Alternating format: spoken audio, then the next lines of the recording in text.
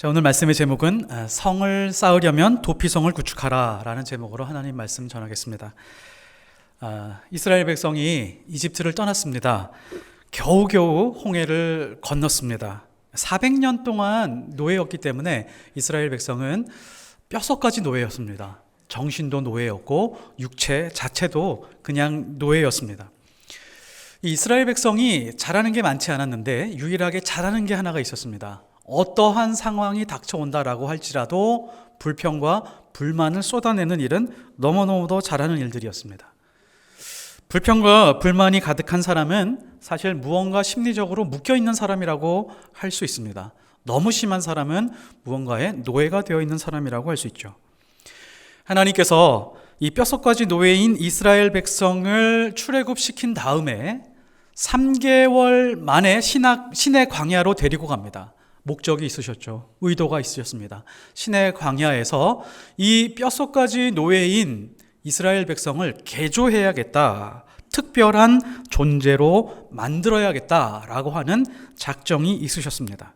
그래서 출애굽기 19장 6절에 보면 너희가 내게 대하여 제사장 나라가 되며 거룩한 백성이 되리라. 이때부터 하나님이 특별한 교육을 시작하시기 시작한 거죠. 그리고 요한계시록 하나님의 말씀 끝까지 하나님이 선택한 백성들의 브랜드가 됩니다. 거룩한 나라요, 또 제사장 나라가 되어 거룩한 백성이 되리라 라고 하는 것은 성경에 계속해서 나오는 하나님의 이스라엘 백성을 향한 브랜드라고 할 수 있습니다. 그리고 특별한 교육 과정을 만들기 시작을 합니다. 교재를 만드셨죠. 그 교재는 바로 율법이었습니다. 십계명으로부터 시작을 해서 하나하나 세세하게 율법을 가르치시면서 완전히 무식했던 사람들을 수준으로 하나하나 끌어올리기 시작을 했습니다. 높은 수준으로 한 단계 한 단계 올려가기 시작을 했습니다. 하나님을 경외하는 것이 무엇인지, 하나님을 경외하면서 하나님을 사랑하는 것이 어떻게 하는 것인지, 그리고 이웃을 사랑하는 도덕과 윤리는 어떻게 해야 되는지 세심하게 가르쳐 주셨습니다. 그리고 또 하나 중요한 것이 있으셨죠. 성막을 짓게 하셨습니다. 성막 짓는 것도 아주 치밀하게 계산하셔서 색깔도 분류하시고 크기도 다 일일이 알려주셔서 성막을 만드셨습니다. 왜 성막을 만들었냐면 온 우주에 우리를 창조하신 여호와 하나님, 그 신은 여호와 하나님밖에 없다. 유일하신 하나님, 그것을 가르쳐주고 예배하고 제사하게 하기 위함이었습니다. 그러니까 필연적으로 제사장이 필요했죠. 제사장을 세우시고 어떤 일을 해야 하는지 자세하게 가르쳤습니다.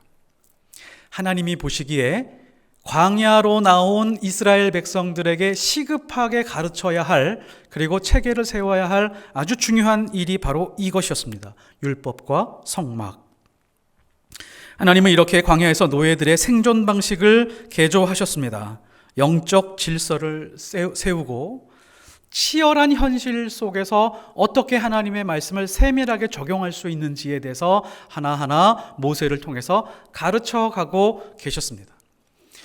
광야 시대에 있는 모든 그 내용들을 간단하게 요약하면 이렇습니다. 하나님이 이렇게 말씀하신 것과 똑같습니다.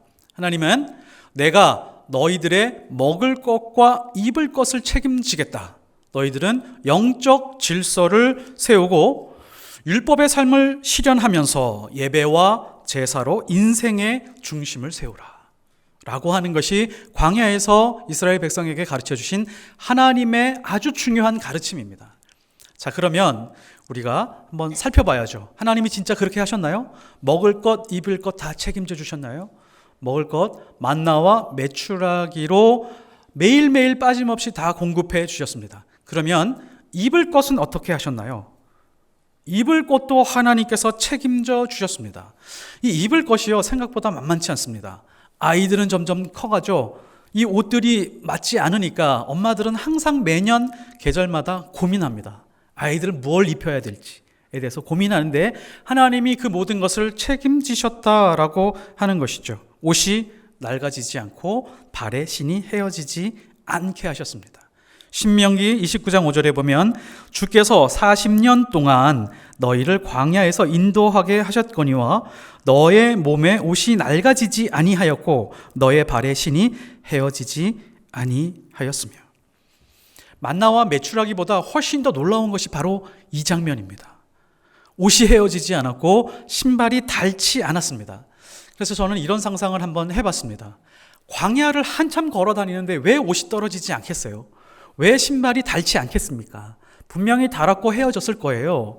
그런데 밤이 됐습니다. 모든 장막에 있는 이스라엘 백성들이 잠이 들었을 때 하나님이 천사들을 파송하는 겁니다. 장막으로 다 일일이 들어가서 천사들이 헤어진 옷을 꿰매고 닳아있는 신발을 다시 복원시키고, 이런 장면을 한번 생각해 봤습니다. 아마 하나님이 그렇게 하지 않으셨을까라는 생각을 해볼 수 있습니다. 이 세상이 광야 같다면서요, 험한 세상이라고 하면서요, 너무 염려하지 마십시오. 광야의 백성들을 하나님께서 그렇게 지켜오셨던 것처럼 우리 인생 그렇게 지켜가실 겁니다. 너무 두려워하지 마십시오. 너무 염려하지 마십시오. 이제 광야 40년이 지났습니다. 가나안 땅에 진입하기 바로 직전이 바로 오늘 말씀입니다. 역사적인 순간이죠. 아마 예상컨대 하나님은 가슴이 두근거리셨을 수 있습니다. 왜냐하면 아브라함을 불러서 약속했던 그 땅에 나의 백성들이 지금 들어가기 바로 직전에 있는 이 장면에서 얼마나 하나님이 가슴이 두근거리셨을까요? 가슴이 두근거리는 그때에 하나하나 하나님의 계획을 실행시키십니다. 12지파가 있는데 제비를 뽑게 하시고 그 다음에 땅을 아주 공평하게 다 배분을 하십니다. 그리고 하나님이 이제 땅에 들어가면 어떤 명령을 내리셔야겠죠. 광야로 끌고 온 백성들에게 명령을 내리시고 가르치셨던 것처럼 이제 가나안 땅으로 정말 가야 될 땅으로 들어가게 되면 하나님이 가르칠 걸 가르쳐 주셔야죠. 더 중요한 걸 가르쳐 주셔야죠. 그러면 이렇게 하셨으면 어떨까요? 너희들은 여리고성으로 들어가서 먼저 쳐라. 그리고 서쪽으로 이동하다가 보면 30km 정도 올라가다가 보면 예루살렘 성이 나오는데 그 자리에 하나님, 온 우주의 하나님, 유일하신 하나님 여호와 하나님을 위해서 경배할 성전을 건축하라. 그리고 성전 설계 도면을 주시면서 그렇게 건축하라고 하실 수 있죠. 그리고 광야에서 동행하셨던 그 하나님의 역사, 홍해를 가르시고 그리고 불기둥과 구름기둥으로 인도하신 여호와 하나님을 매일매일 찬송하고 경배하라. 광야에서 받았던 그 율법들을 가르쳐 지키게 하며 하나님의 말씀을 손목에 메고 기호로 삼고 이마에 미간에 붙여서 상징으로 삼아라. 그러면서 말씀대로 살면서 이 땅에서 형통하게 살아라 라고 말씀하셨나요? 이렇게 말씀하지 않으셨습니다. 이렇게 말씀하셔도 되었을 것 같은데, 그렇게 하셔도 좋았을 것 같은데 그렇게 말씀하지 않으셨습니다. 하나님의 마음에, 하나님의 계획에 더 중요한 것이 있었습니다.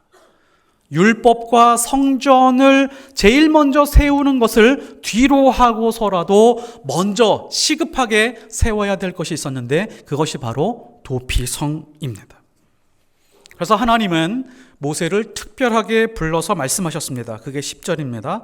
이스라엘 자손에게 말하여 그들에게 이르기를 너희가 요단강을 건너 가나안 땅에 들어가거든. 이제 중요한 걸 말씀하셨어야죠. 너희를 위하여 성읍을 도피성으로 정하여. 아마 하나님은 모세에게 말씀하시고 나서 안심이 되지 않으셨던 것 같습니다. 여호수아를 또 부르십니다. 여호수아서 20장에 보면 여호수아를 불러서 이렇게 말씀하십니다. 내가 모세를 통하여 너희에게 말한 도피성들을 너희를 위하여 정하라. 우리가 성경을 보면서 도피성은 그다지 중요한 것 같지는 않은데 왜 하나님은 율법을 세워가는 것과 성전을 세워가는 것보다도 도피성을 먼저 세우셨나? 하나님 보시기에는 가나안 땅에 들어가기 전에 서둘러서 말씀해 주시고 지정해 주셨어야 되는데 우리의 생각과 달랐던 것이죠. 왜 하나님은 성전을 짓는 것보다 도피성을 먼저 만들도록 하셨을까요? 많이 들으셨죠? 왜 지으셨죠? 도피성이 무엇을 상징한다고요? 도피성은 예수 그리스도를 예표한다라고 합니다. 모든 죄인들은 도피성이신 예수님께로 피하면 죽음에서 생명으로 거듭날 수 있습니다. 도피성은 가나안 땅에서 어디서나 접근할 수 있도록 배치해 두었기 때문에 예수님도 어디서나 누구라도 접근할 수 있는 분으로 그렇게 우리에게 보내주셨습니다. 가진 자, 못 가진 자, 배운 자, 배우지 못한 자, 어른들, 노인들, 장애인들, 어떤 사람이든지 모두 다 예수님께 쉽게 접근할 수 있습니다. 그래서 예수님께로 가면 진정한 쉼이 있고 안식이 있으며 누구도 차별받지 않습니다. 우리는 이렇게 배웠습니다. 물론 이런 해석과 설명이 틀리지 않습니다. 복음적 메시지로 한두 번은 들려드려야 될 그런 말씀이라고 생각을 합니다. 그런데 하나님이 왜 도피성을 만드셨고 도피성을 통해서 우리에게 바라는 바가 무엇인지는 간과하는 그런 해석일 수 있습니다. 한편으로는 이 도피성이라고 하는 어떤 특정한 지역, 그 땅을 너무 지나치게 의인화시키거나 신격화시켜서 시대착오적으로 설명할 수 있는 그런 약점이 있습니다. 또 하나는 이 도피성의 특성인데요. 이 도피성이라고 하는 곳은 어떤 범죄자가 일시적으로 머물렀다가 정상적인 생활로 돌아갈 수 있도록 도와주는 역할을 하는 곳입니다. 자, 그렇다면 우리는, 저와 여러분은 도피성을 지나온 사람들입니다. 도피성을 향해서 가야 되는 사람들이 아닙니다. 도피성에 머물 필요가 없는 사람들입니다. 우리는 이미 예수 그리스도와 인격적으로 만났고 영원토록 예수님을 예배하고 사랑하려고 결심하고 지금 현재 하나님께 예배하고 있는 사람들입니다. 우리에게 자꾸 도피성으로 찾아가라 라고 말을 하면 뭐와 똑같냐면 대학생에게 자꾸 초등학교에 입학하라 라고 하는 말과 똑같습니다. 그래서 도피성의 의미와 상징보다 도피성을 만들게 하신 하나님의 의도가 무엇인지를 파악하는 것이 훨씬 더 중요합니다. 가나안 땅에 들어가기 전에 땅을 분배받지 않은 지파가 하나 있었죠. 그 지파가 바로 레위 지파, 레위인들입니다. 이 레위인들은 어떻게 그 사는 지역을 분배했냐면 12지파가 있으면 각 지파마다 4개의 성읍을 레위인들에게 배정해줘라. 그러면 레위인들은 전체 48개 성읍에서 거주하게 될 것이다. 그래서 레위 지파에게 48개 성읍이 할당이 되었습니다. 여기서 한번 잘 살펴봐야 될 게 이겁니다. 하나님은 이 당시에 이스라엘 백성의 왕으로 계셨습니다. 레위인들은 어떤 존재였냐면 각 이스라엘 지파에게 파견되는 지방의 관료들과 같은 사람들 였습니다. 지방의 관리를 파견하듯이 하나님이 레위인들을 특별하게 부르시고 배정하시고 배치하셨습니다. 하나님이 한번 이렇게 더 언급을 하죠. 민수기 3장 45절, 레위인은 내 것이다. 나는 여호와니라. 레위인들에게는 땅이 분배되지 않았습니다. 왜 땅이 분배되지 않았을까요? 너희들이 이 땅에서 가져야 될 재산은 땅에 있지 않고 하늘에 있다. 땅에 성을 쌓아야 할 존재가 아니라 하나님이 직접 지정해 주신 특별한 성을 유지하고 보존해야 되는 그런 존재들이다. 그런 존재로 삼으셨기 때문입니다. 레위인들은 하나님의 것이기 때문에 다른 사명과 다른 방식으로 살아가야 됐습니다. 자, 그리고 또 하나, 하나님이 도피성을 어디에 배치했는지를 잘 살펴보셔야 됩니다. 레위인들이 사는 성읍 중에 도피성을 만들게 했죠. 레위인 48개 사는 성읍 중에 몇 개를 지정했죠? 6개를 지정을 했습니다. 13절에 보면 너희가 줄 성읍 중에 6을 도피성이 되게 하되 세 성읍은 요단강 이쪽에, 세 성은 가나안 땅에 두어 도피성이 되게 하라. 하나님이 이러셨어야 될 것 같아요. 레위인들과 제사장들을 모아서 자, 이제 우리가 광야에 있을 때는 임시 예배처 성막에서 예배를 드렸는데 너희들은 온 힘을 다하여 어느 특정한 땅에 성전을 지어라. 성전을 건축해라. 내가 거기서 온 땅에서 예배드리는 영광을 받으리라. 이렇게 했어야 될 것 같은데 하나님은 그렇게 말씀하지 않으셨습니다. 하나님은 자신의 집이었던 그 성전을 건축하는 것보다 훨씬 더 중요한 곳에 마음을 두고 있었습니다. 억울하게 죽어가는 사람들이 당하는 그런 사건들을 볼 수 없으셨습니다.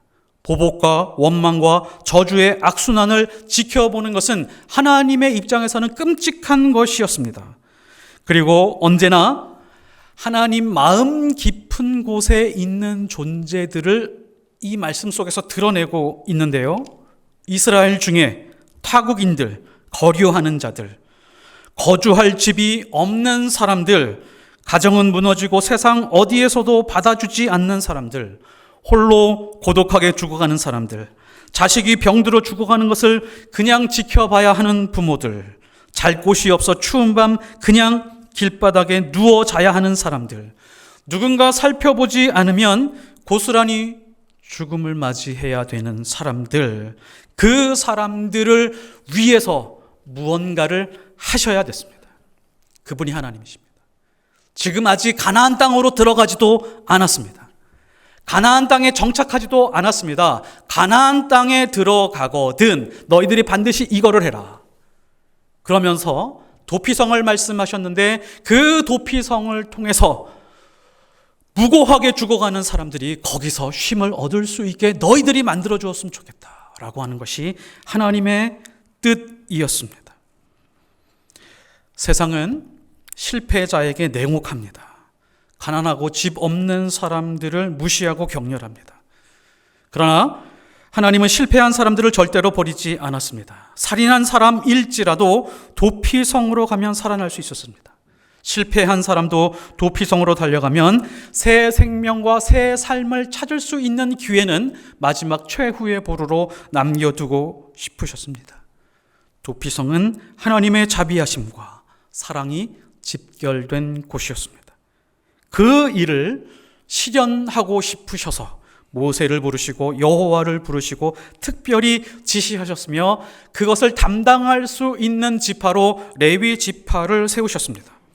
너희는 땅을 소유하지 말라. 도피성을 소유하라. 레위인들은 내 것이라. 레위인들은 하나님의 대리자들입니다. 레위인들은 하나님의 것이기 때문에 하나님처럼 생각해야 됩니다. 하나님처럼 행동해야 됩니다. 각 지파 가운데 흩어져 있는 사람들, 하나님의 백성들을 하나님의 말씀을 따라 가르치면서 하나님의 뜻에 합당하게 살도록 교육할 책임이 있었습니다. 왕이신 그 하나님, 우리 하나님이 그 하나님의 지방 관료인 레위인들, 그 레위인들을 세우시고 이 일을 맡기셨죠. 이 레위인들이 누구죠? 레위인들이 바로 교회입니다. 저와 여러분입니다. 베드로전서 2장 9절 그러나 너희는 택하신 족속이요 왕같은 제사장들이요 거룩한 나라요 그의 소유가 된 백성이니 이는 너희를 어두운 데서 불러내어 그의 기이한 빛에 들어가게 하신 이에 아름다운 덕을 선포하게 하려 하심이라. 우리는 이 말씀을 굉장히 좋아합니다. 이 말씀을 가사로 찬양을 부르고 은혜 받고 위로받고 치유받는 그런 말씀이기도 합니다. 그런데 어느 부분만 기억하고 있죠? 우리는 앞부분만 기억하고 있습니다. 왕 같은 제사장이요 택하신 족속이요 거룩한 나라 그의 소유된 백성. 마치 내가 힘들고 어려울 때 이 말씀을 붙들고 치유하고 싶은 마음으로 이 말씀에 기댈 때가 있습니다. 뒤에 무슨 말씀이 나와 있는지는 기억조차 하지 못합니다. 이 말씀을 거꾸로 읽어야 됩니다. 아름다운 덕을 선포하게 하기 위하여 하나님은 우리를 부르셨다. 어둠에서 빛으로 부르시고 무엇으로 세우셨다고요? 왕같은 제사장으로 세우고 택하신 족속으로 세우시고 거룩한 나라로 세우셨다라고 하는 것입니다.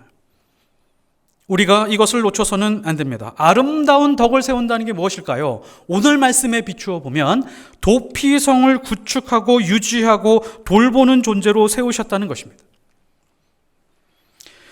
그러므로 하나님의 사람들은 레위인들로서 이 땅에서 성을 쌓는 사람들 아닙니다. 성을 소유하는 사람들 아닙니다.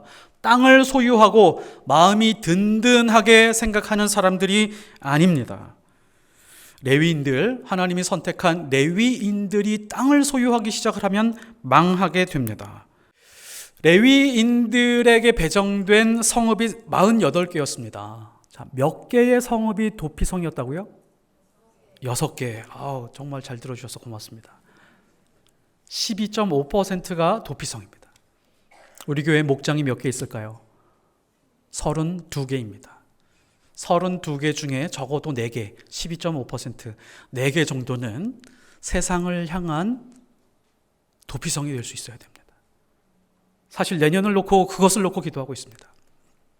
하나님, 우리가 목장에서 많은 이웃들을 만나서 찾아서 지금 우리가 기록하고 내년을 계획하고 있는데 32개의 목장 중에 적어도 4개의 목장만큼은 세상 사람들에게 소외된 사람들을 위한 도피성과 같은 목장이 되었으면 좋겠습니다.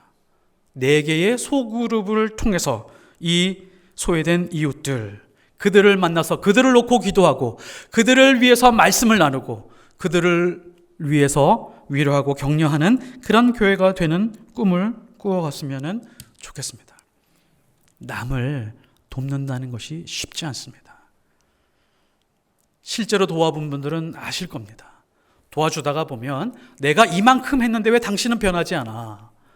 왜 그렇게 허튼데 시간을 쓰고 돈을 쓰고 있어? 라고 하면서 그 사람을 보면서 정죄하고 싶은 마음이 계속해서 올라올 때가 많이 있습니다. 그것조차도 수용하면서 우리 교회 소그룹이 함께 기도하고 하나님, 저분들의 인생의 주인이 되어 주십시오 라고 울며 슬퍼하고 애통하며 함께 기도할 수 있는 소그룹이 우리 교회 안에서 일어날 수 있었으면 좋겠습니다. 우리는 더 이상 죽음을 두려워하거나 지옥을 두려워하는 죄인이 아닙니다. 그리고 가인처럼 이 땅에서 성을 쌓아가면서 성공한 모습으로 누군가에게 떵떵거리면서 사는 것을 소망하면서 살아가는 사람들도 아닙니다. 우리는 정확히 레위인과 제사장의 위치에서 살아가는 사람들입니다. 그래서 우리가 해야 될 일이 있습니다. 도피성을 구축하는 겁니다. 도피성을 유지하고 보존하는 것입니다. 우리는 한때 도피성에 머물렀던 적도 있지만 이제는 도피성에서 나왔습니다. 레위인과 제사장의 위치에서 어떻게 하면 도피성을 더 많이 만들까? 어떻게 하면 나로 인해서 누군가 위로를 받고 누군가 안식과 쉼을 얻으면서 하나님을 만나게 하는 그런 도구가 될까를 고민하는 사람들입니다. 하나님은 레위인을 직접 파견했던 것처럼 우리를 세상에 파견했습니다. 도피성을 구축하며 하나님을 더욱 사랑하는 교회가 되도록 우리를 부르셨습니다. 그게 포이에마입니다. 그게 우리 공동체입니다. 우리가 시간이 지나면서 목장 모임을 통하여 그리고 작은 이런저런 모임들을 통해서 도피성을 구축하는 목적을 두고 기도하는 그런 교회가 되었으면 좋겠습니다. 내년에 목장 모임이 더 세밀해지고 더 좋은 교제가 이루어지고 최종 목표는 우리가 좋은 교회야 라고 하는 것이 아니라 우리는 누군가를 위해서 안식을 제공하는 교회야, 하나님을 만나게 하는 교회야 라고 하는 그런 교회가 되었으면 좋겠습니다. 그런 하나님의 자녀가 되시기를 예수 그리스도 이름으로 축복합니다.